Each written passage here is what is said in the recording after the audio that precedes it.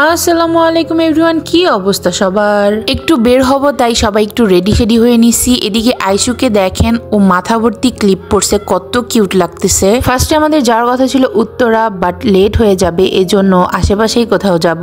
আর এই দুইটা এখন একেবারে চুপ, এতক্ষণ কান্নাকাটি করে ওর মাকে পুরো বিরক্ত করে ফেলছে। তো আজকে আসলাম কান্ট্রি সাইড রুফটপটায়, আর এসে অন্তুকে অনেক মিস করতেছিলাম। ও অনেক আসতে চাইছিল এখানে ছবি তোলার জন্য। জায়গাটা একদম পিকচার ফ্রেন্ডলি, যার কারণে অনেক ক্রাউড থাকে সব সময়, উইকেন্ডে সবচেয়ে বেশি। এনিওয়েজ, আজকে আরুকে যে কি কি করতে দেখবেন। আচ্ছা, আমরা ইনডোরে বসছিলাম, ভিতরে গরমটা একটু কম। আর এদিকে ফুড ব্লগাররা কিভাবে বিহাইন্ড দ্য সিন শুট করে সেটাও দেখে নিলাম। আর এই যে আমাদের বুড়ি, সে এখন একদম ঠান্ডা। বাসায় যে কি লেভেলের কান্নাকাটিটা করছে, ওর আম্মুকে দেখলেই কান্না শুরু করে দেয়, কারো কাছে থাকতে চায় না।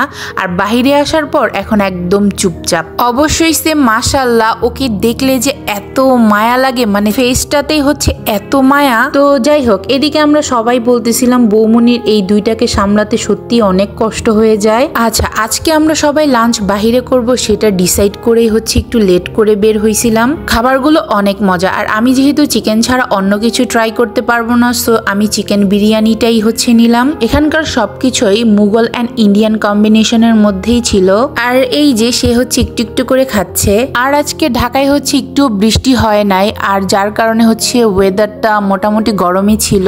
আচ্ছা, আমাদের অনেক লেট হয়ে গেছে, মানে খাওয়া দাওয়া করতে করতে একদম 6টা বেজে গেছে। আর এখন বাহিরের লাইটস গুলো অন করায় আরো ভালো লাগতেছিল।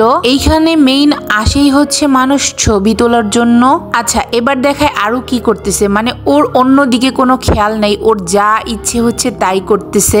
একটু আগে এই পানিতে নেমেছিল, ওকে টেনে একদম নিয়ে আসছি। বাট আমাদের আইসু অনেক মজা করছে, ওর ছবি ভিডিও এগুলো অনেক করে দিছি, আর সে মজা পাইছে। দেন যাওয়ার আগে বৌমনি আমাদের কফি ট্রিট দিল, শিমু আজকে ট্রিট দিছে, মানে আমি আজকে কাউকে ট্রিট দেইনি। আর এই যে এই বেচারার একটুও শান্তি নেই। তো আমি বলতেছিলাম আরুকে ওকে প্যাকেট করে ওর আব্বুর কাছে পাঠায় দেই। তো বৌমনি বলতেছিল তোমার ভাইয়া 5 মিনিটে আবার রিটার্ন করে পাঠাবে। আচ্ছা, এদিকে আয়েশা বাসায় এসে ওকে সাজাই দিতেছে, আর এই যে কি করছে ওকে, আবার ওকে বকাও দিতেছিল, নড়াচড়া করে এই জন্য। তো চাচু শপিং এর জন্য টাকা দিছে, এখন কেনাকাটা করতে হবে। আর আমি আর শিমু একটু বেরো হইছিলাম। তো কেনাকাটা শেষে রিক্সা দিয়ে একটু ঘুরলাম। রাত্রেবেলা আমার রিক্সায় ঘুরতে অনেক ভালো লাগে। তো এই ছিল আমার আজকের ভিডিও। নেক্সট ভিডিওর জন্য টিল দেন টেক কেয়ার, আল্লাহ হাফেজ।